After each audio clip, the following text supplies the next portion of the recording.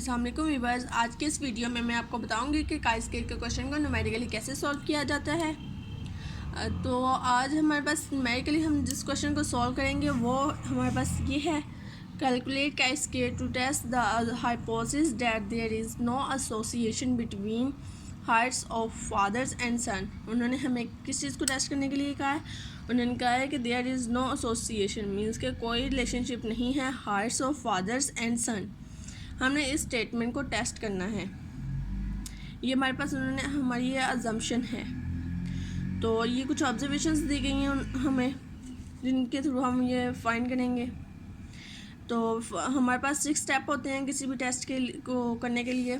First hypothesis, second level of significance, third test statistics, fourth हमारे पास होता है calculation, fifth rejection region and six conclusion.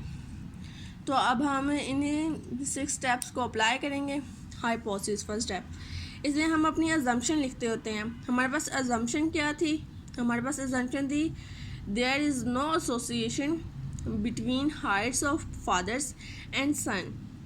वो हमने इसमें लिख दी है H0 में, और H1 में हम उसका अपोजिट लिखते होते हैं। और हमने H1 में लिखा है there is association between heights of father and sons, और लेवल ऑफ सिग्निफिकेंस इसमें हमें नहीं दिया गया था। तो जब हमें कोई लेवल ऑफ सिग्निफिकेंस ना दिया गया हो तो हम उसकी जगह 5% लेते होते हैं लेवल ऑफ सिग्निफिकेंस। और टेस्ट स्टैटिस्टिक्स में हम वो फार्मूला लिखते होते हैं जो का स्केल का है। अगर जी का क्वेश्चन होता तो हम जी का फार्मूला लिखते, अगर टी का होता तो टी का फार्मूला लिखना था। लेकिन हमारे पास काई स्क्वायर का क्वेश्चन था तो हमने टेस्ट स्टैटिस्टिक्स में उसका फार्मूला लिखा है। और कैलकुलेशन हमारे पास 4 स्टेप है, इसमें हमने कैलकुलेशन करनी है। इसमें स्टार्ट करते हैं इसको। Let A1 A2 A3 represent the very tall and very short height of fathers. Means के ये जो हैं A1 A2 A3 ये हमारे पास फादर्स की हाइट्स को शो कर रहे हैं। And B1 B2 B3 represent the black brown and blue sons. तो ये उन्होंने कहा है कि B1 B2 और B3 जो है ना ये रिप्रेजेंट कर रहे हैं, क्या इसका नाम, ब्लैक ब्राउन और ब्लू सन्स को। तो ये हमने अब इनका A B जो है ना ये हमारे पास F0 दिए गए हैं। ये जो है 42 26 12 29 6 15 ये हमारे पास F0 है। हमने अब F की एक्सपेक्टेड फ्रीक्वेंसी फाइंड करनी है। तो उसके लिए हम इन दोनों को पहले फाइंड कर लेंगे कि हमारे पास A1 है और ये B1 है। इस तरह से हमने लिख लिए हैं इन सबको। हमें वैसे भी पता है कि ये A1 और B1 है, ये B1 और B2 है। इस तरह से हमें ये सब पता है। तो ये इसके आगे लिखा है ताकि हमारे लिए इजी हो जाए, हमें बार बार कंफ्यूजन ना हो। तो जब हम इस लाइन का सम करेंगे तो हमारे पास वो B1 आएगा। और इसी तरह हमने जब B2 का सम किया है तो वो हमारे पास 39 आया है। इसी तरह B3 का करने से हमारे पास 37 आया है। और A1 हमारे पास 80 आया है, A2 50, A3 40। अब हमने एक्सपेक्टेड फ्रीक्वेंसी फाइंड करनी है वो A1 B1 की। A1 हमारे पास क्या है 80 और B1 हमारे पास क्या है 94। उन दोनों को आपस में मल्टीप्लाई कर देना है और इन सब को सम करके और इनको भी सम करके आंसर हमेशा दोनों के साइड का इक्वल आना चाहिए। और जो आंसर आएगा वो हमारे पास n होगा। यहाँ पे हमारे पास n है 170, उस पर डिवाइड कर दिया और 44.24 ये हमारे पास आंसर आ गया। इसी तरह A1 B2 की भी फाइंड कर लिया हमने कि A1 को लिख लिया और फिर B2 को लिख लिया और n हमारे पास 170 था, उस पर डिवाइड कर लिया है। तो जो आंसर आएगा वो हमने लिख लिया 18.35। इसी तरह अब हमने बाकी भी सारी वैल्यूज़ फाइंड कर ली हैं। इस टेबल में हमारे पास 9 एक्सपेक्टेड वैल्यूज़ आएंगी।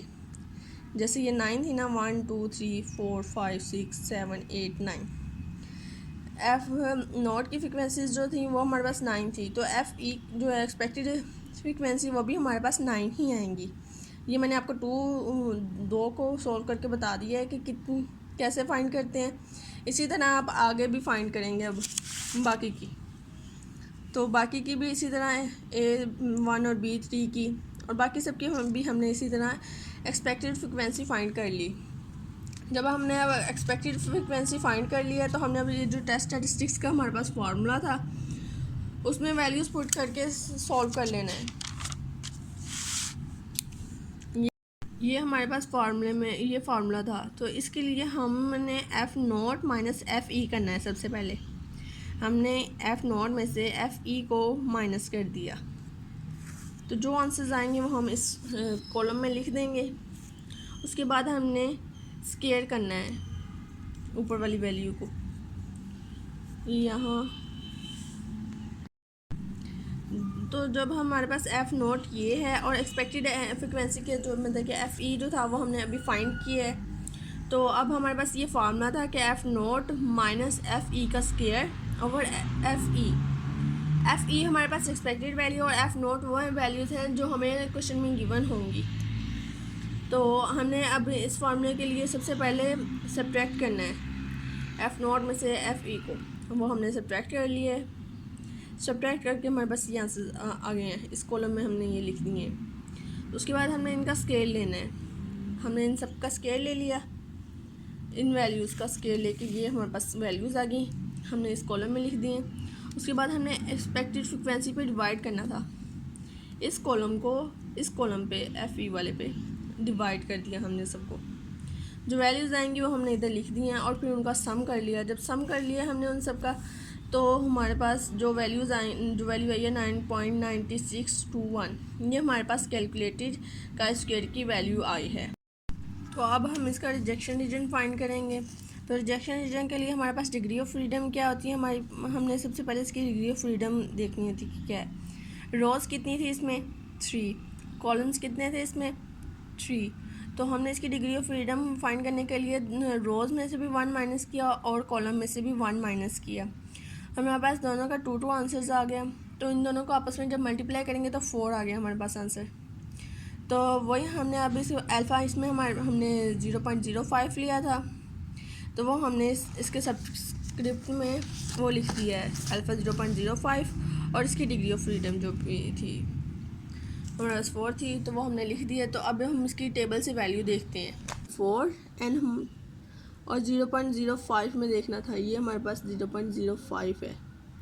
तो इसमें हमने यहाँ पर ये 4 है, तो यहाँ पे लिखा हुआ है 9.49, तो ये हमारे पास टेबल वैल्यू आ गई।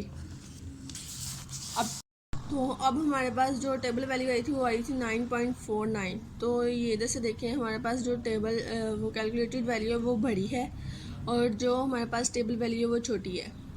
तो इस वजह से हम ना अब इसको रिजेक्ट करेंगे H0, मीन्स कि हम इसमें ये बताएंगे कि कोई रिलेशनशिप नहीं है हाइट्स के दरमियान फादर एंड सन की।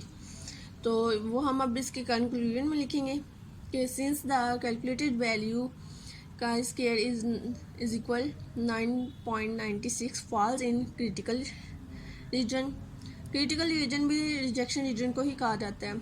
Thus we reject H0 and accept H1, and we conclude that there is association between heights of father and sons.